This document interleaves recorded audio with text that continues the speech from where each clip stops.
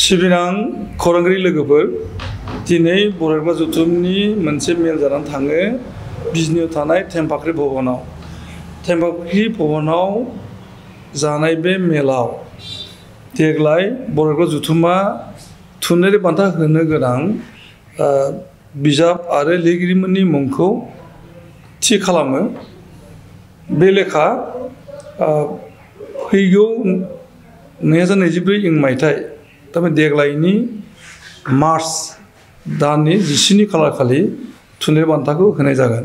गासै मोन 7 बिजाबनि थाखाय देग्लाय बरायग्रा जथुमा थुनलाइयारि बान्थाखौ होनो सिगांदों। मुंख'नो गोनांदि बोसोरफ्रोमबो थुनलाइयारि बान्थाखौ होबोगासिनो बरायग्रा जथुमा आरो देग्लाय गुबुन मोनसे बान्था गथायनो थाखाय खाबु फैबावदों। बे बान्थानि मुङा जाहैबाय अरुप गोरा फावथाय बान्था। अरुप गोरा बसुमतारी फावथाय बान्था। बे बान्थाखौ देग्लायनिफ्राय होजेनगोन बरायग्रा जथुमा।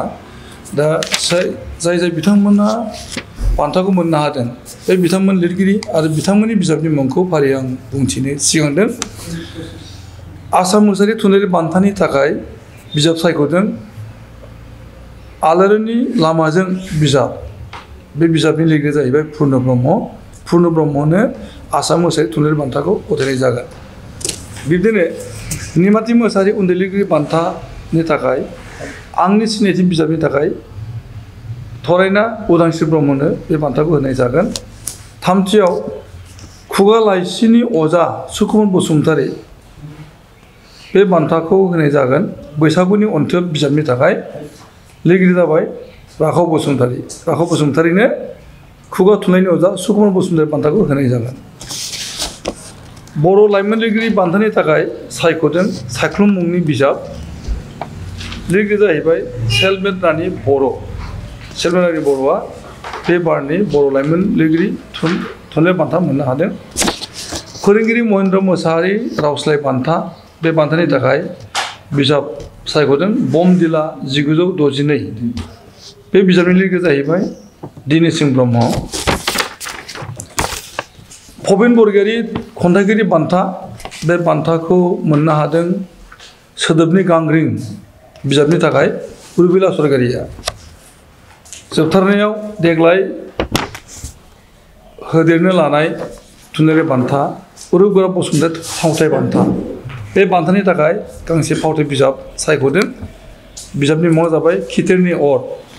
लिरगिरिया जाहैबाय फावथायगिरिया जयश्री बसुमतारी। बान्थाफोरजों लोगोसे केश एवार्ड एबा रां बान्था होनाय जागोन। खुगा थुनलाइनि अजा सुकुमार बसुमतारीनि थाखाय 10,000। आसाम मुसाहारि थुनलाइयारि बान्थानि थाखाय 10,000। निमाथि उन्दै लिरगिरि बान्थानि थाखाय 25,000। लाइमोन लिरगिरि बान्थानि थाखाय 10,000। फोरोंगिरि महेन्द्र मोसाहारि रावस्लाय थुनलाइयारि बान्थानि थाखाय 25,000। भबेन बरगयारी खन्थाइगिरि बान्थानि थाखाय 5,000। अरुप गोरा बसुमतारी फावथाय बान्थानि थाखाय 5,000। मुंख'नो गोनांदि बे बान्थाखौ बरायग्रा जथुमा गथायनायनि थाखाय माखासे गेदेमा सुबुंफोरा अनसुला बिथांमोना जोंनो राङारि दोनथुम रां होदों। जेरैहाय मुस्रि सारदा प्रसाद मोसाहारिया आसाम मुसाहारि थुनलाइयारि बान्थानि थाखाय होदों। निमाथि मोसाहारि उन्दै लिरगिरि बान्थानि थाखाय डक्टर सुबुंसा मोसाहारि आरो बिथांनि बिदा फंबाय बिथांमोना ज' लोगो नांनानै जोंनो 5 लाख रां गथायदों। खुगा थुनलाइनि अजा सुकुमार बसुमतारी बान्थानि थाखाय जोंनो 2 लाख रां दोनथुम रां होदों खोमसार बसुमतारी बिथांनि न'खरा। लाइमोन लिरगिरि बान्थानि थाखाय इंखं फोलेरनि बिथिंनिफ्राय 2 लाख रां जोंनो गथायनाय जादों। फोरोंगिरि महेन्द्र मोसाहारि रावस्लाय बान्थानि थाखाय 5 लाख रां डक्टर सुबुंसा मोसाहारि आरो बिथांनि बिदा फंबाय बिथांमोना रां दोनथुम बान्था जोंनो होदों। भबेन बरगयारी खन्थाइगिरि बान्थानि थाखाय भबेन बरगयारीनि आंगो बिसि सपना रानि बसुमतारी बिथाङा जोंनो 2 लाख रां जमा दोनदों अरुपगोरा बसुमतारी बान्थानि थाखाय